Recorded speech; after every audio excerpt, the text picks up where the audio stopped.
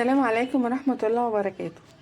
وانا النهاردة جيت اعمل لكم الطحينة، والسبب ان انا جيت اعملها ان فعلا لما جيت اشتريها النهاردة لقيتها ب80.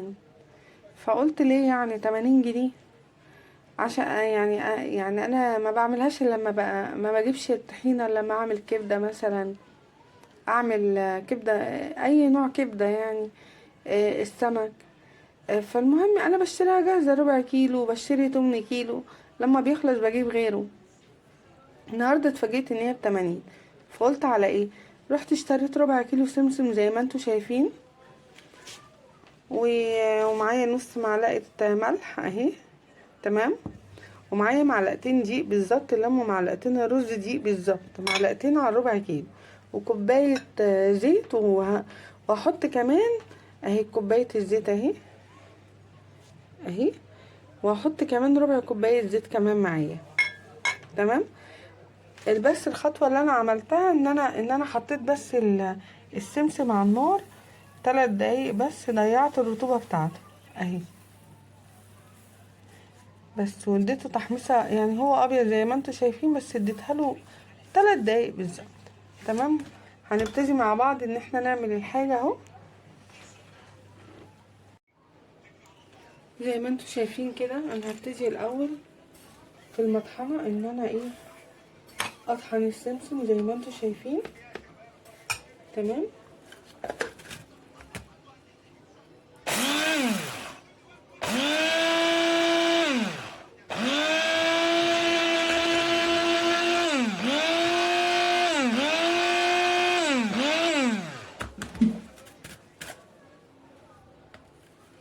زي ما انتم شايفين كده، وادي السمسم لما بيتطحن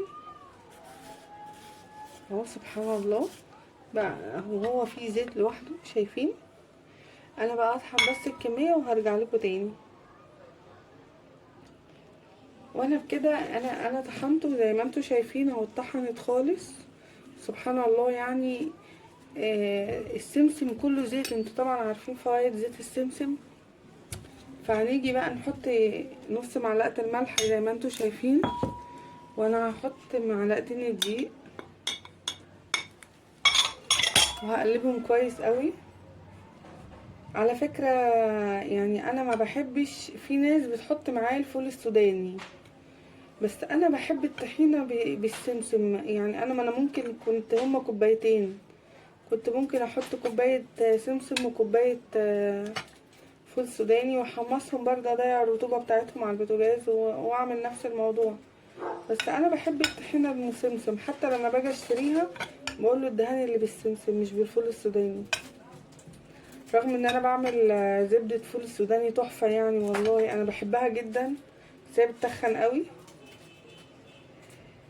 بس هي مفيدة طبعا، مفيدة اللي عنده اطفال، اللي عنده.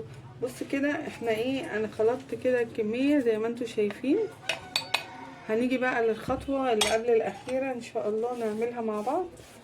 انا اضطريت بس اجي هنا لان ما عنديش فيشة في المطبخ طويلة، ف خليكم، هجيب بس الخلاط، خليكم معايا.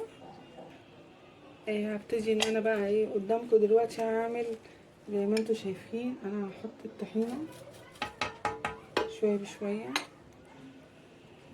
اهو، شوية بشوية كده، تمام.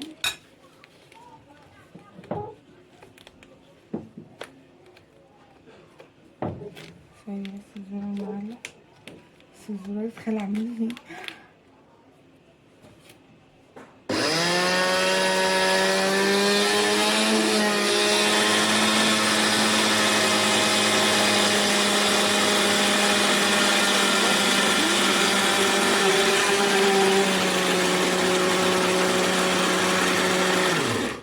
انا كده بحط الزيت شوية بشوية يعني، بصوا زي ما انتوا شايفين كده اهو، شوية بشوية، بس صوت الخلاط عالي. فانا ايه، احنا دلوقتي طحنا السمسم، وحطينا عليه معلقتين الدقيق ونص معلقة الملح، وحطينا في الخلاط جزء جزء كده، وهنبتدي بالزيت شوية بشوية.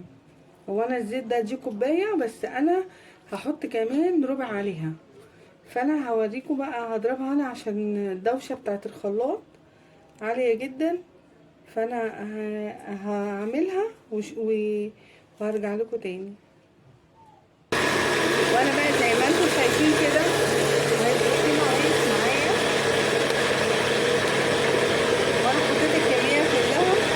والله يا حبايبي هتعجبكم جدا وريحه تحفه، بس هي نفس الخلاط، بس انا عشان حابه ان انتم تحبوها وانا بعملها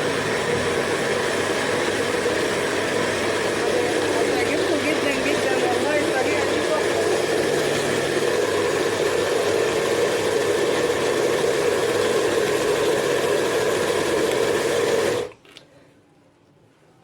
وهتعجبكم جدا والله يا حبايبي الطريقه ديت. يعني بصوا ريحه السمسم وريحه الطحينه تحفه، هتحسوا ان انتوا بتاكلوا طحينه طحينه طحينه.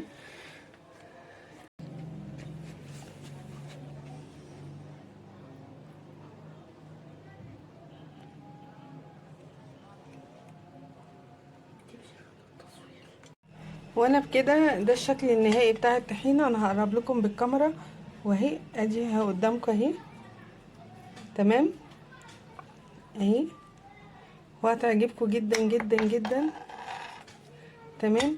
وانا حطيتها كمان على الميزان زي ما انتوا شايفين، عامله 54 جرام. 54 جرام يعني كام؟ لا 54 جرام. ده الكلام ده كله من ربع كيلو سمسم، وكوبايه ونص زيت، معلقتين دقيق كبار، نص معلقه ملح، وتاكلوا احلى طحينه وبالهنا والشفا. وما تنسونيش في اللايك والشير وشكرا لكل الناس اللي بتتابعني واللي حابب ان هو يعمل طحينه داخل فيها فول سوداني. انا ربع كيلو عمل معايا كوبايتين سمسم، ممكن نكتفي بكوبايه فول سوداني وكوبايه سمسم ونضيع الرطوبه بتاعتهم من على البوتاجاز 3 دقايق كده، ونسيبهم لما يبردوا ونضربهم في المطحنه زي ما انا عملت.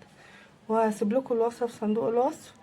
وما تنسونيش بقى، والسلام عليكم ورحمه الله. واتمنى يا حبايبي ان طريقتي تبقى عاجباكم وطريقتي قدامكم وكلها مصداقيه. والسلام عليكم ورحمه الله وبركاته.